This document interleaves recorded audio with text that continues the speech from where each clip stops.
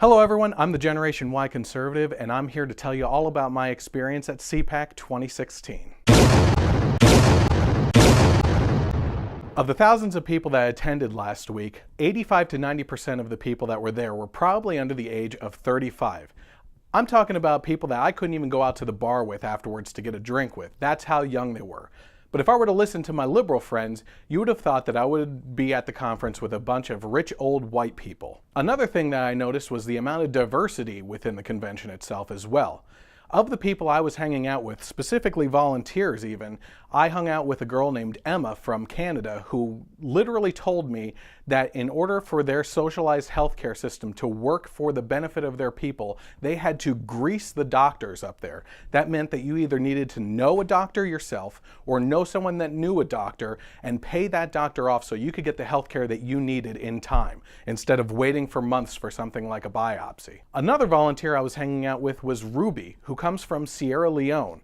Her family, who lives by conservative principles, ends up voting Democrat all the time. And she had a great story about how her history and family history plays into the background of that voting culture. Along with meeting a bunch of great people, I also got the chance to meet the people from the Blaze that I was really going down to the convention for.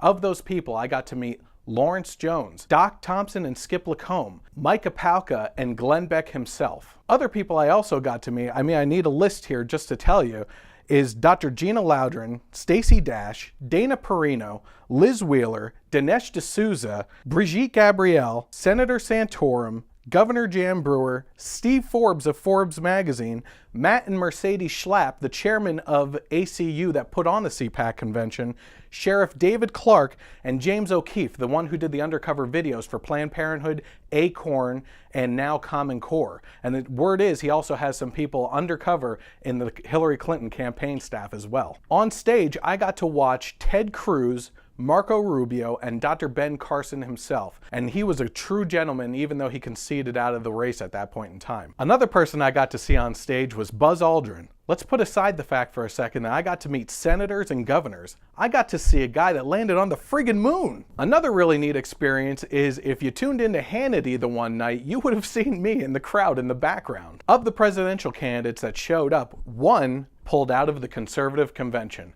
I think we all know his name. It's Donald Trump.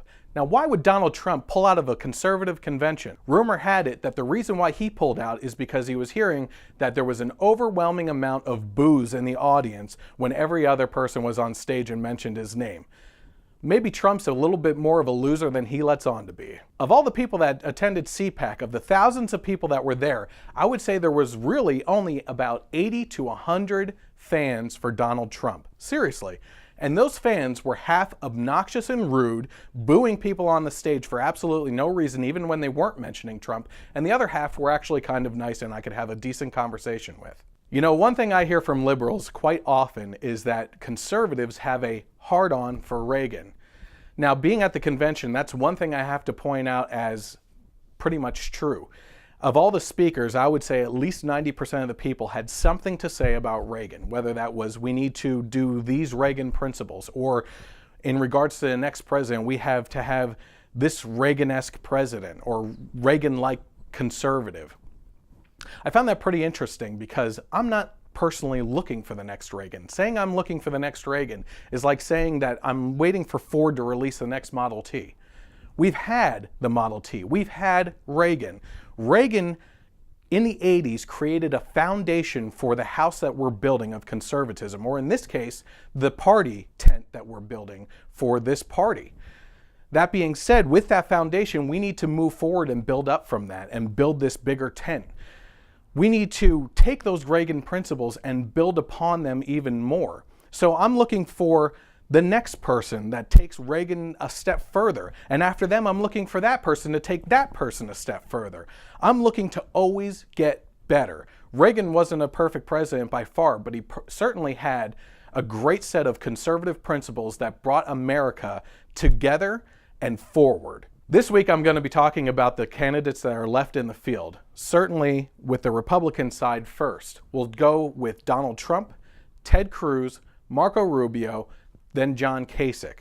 From there, we're going to move over to the Democrat side and talk about Hillary Clinton and Bernie Sanders.